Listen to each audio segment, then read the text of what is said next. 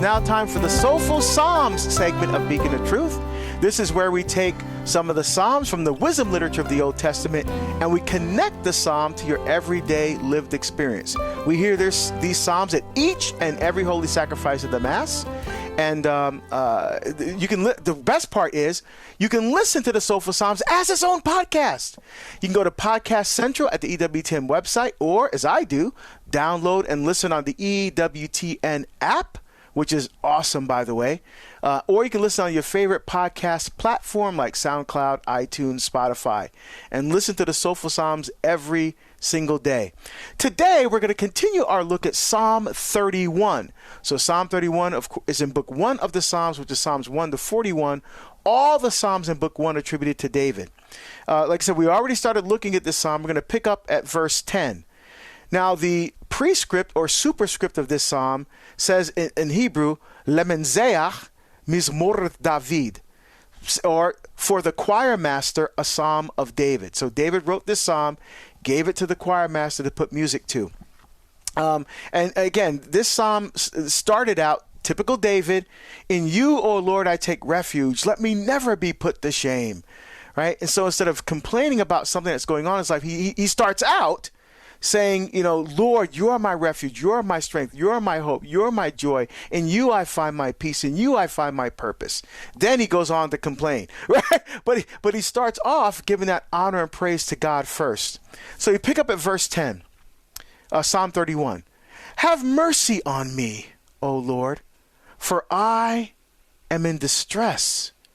My eyes are wasted with grief, my soul and my body. Right? So sometimes we're dealing with grief, we're dealing with pain, we're dealing with stress that affects our entire being. So look at David. He is not just his soul, but his body. He's being physically affected by what's going on in his life. Man, that happens to so many of us. Ace was talking before about getting headaches. Stress is a big cause of headaches and physical illness. Because what's going on in your soul, your body manifests that. So there's pains and there's aches and there's nerve things and there's all kinds of things that happen as a result of stress or things that we're trying to deal with. The body is affected by that. And whatever's happening to David is happening to him both in his soul and in his body. He's crying. His eyes are wasted with grief. He's in continual state of sorrow with whatever's going on. And he's crying out to the Lord for mercy, right? Now, it's interesting. The word here is not the typical hesed, which means the loving mercy of God. It's raham, which is more of pity, like having mercy on someone because you pity them. That's the word that's used here for mercy. Because 3 different words for mercy, right? There's hesed, which is merciful love. There's ahava, which is emotional mercy, like emotional kind of love. And then there's raham, which is pitiful. Like you see a homeless person, like your heart goes out to them. That's the mercy of pitying, that kind of thing. And that's the word that's used here. So Lord, have pity on me in your love for what I'm going through. And then he continues, for my life is spent with sorrow and my years with sighs. Right, so he's talking about this elongated period of trial. And so, especially people that deal with chronic illness, that deal with constant physical pain, that have to deal with a child who may be going through some developmental disabilities or developmental delays. This is something you're not dealing with in a moment or in the months. This is year after year after year, right? Or dealing with a sick parent, whatever it may be. And so David's talking about this elongated time of, and sometimes, yes, we have to accept the crosses that were given by our Lord, and we accept them lovingly. I'm not saying not to do that. But at the same time, when you look around, you see other families or other couples with, that aren't dealing with the same things you're dealing with. There's a little bit of your heart sometimes like, gosh, I wish my situation was different. That's just a normal human feeling, normal human emotion. Doesn't mean of course, it doesn't mean you love your child any less, or that you're still grateful for that child, and and you have to deal with them a little differently than other parents might have to, and that could be, just being honest, there's a place of sorrow sometimes, because it feels like you're carrying that cross, carrying that burden. And David relates to that. He says, affliction has broken down my strength and my bones waste away. When you're taking care of someone with special needs, or taking care of someone that's elderly, or taking care of a sick child, it's draining on you mentally, physically, emotionally, especially if it's something that's elongated, something that's going on for extending through an extended period of time. That's a difficult thing. And David's not shying away from that. It's okay to feel this affliction and this, to feel the emotion and the heaviness of that cross sometimes. And he continues, because of all my foes, I have become a reproach, an object of scorn to my neighbors, and of fear to my friends.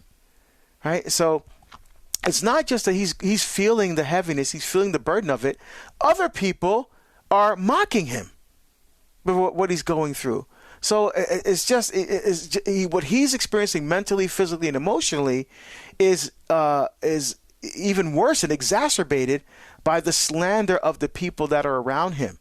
He goes, those see me in the street, flee from me. Right? I mean, they won't have nothing to do with me. They want no. So instead of being that consoling person in their life, to help to bring them some peace and comfort, or maybe helping to assist that person in their time of trouble, these people run away. He goes, I am forgotten like someone dead, and have become like a broken vessel. Right? So a broken vessel can't hold water, can't hold wine, can't hold anything. You pour it in, it just runs right out. It's useless. And that's what David is feeling. Whatever it is that he's going through, he's feeling the heaviness of it, both internally and from outside. He can't get any relief, and again, this is a psalm, again, if you're enduring something right now that's heavy, and David is just saying, feel the heaviness of it. Don't push it away. Don't pretend. Don't try to cover it over. No, sometimes it's okay to feel the heaviness. Jesus felt the heaviness of the cross and fell 3 times. Right? But he got up and he kept moving. And sometimes the weight of what we're dealing with, yes, it feels heavy. Yes, it feels onerous. Yes, it feels burdensome.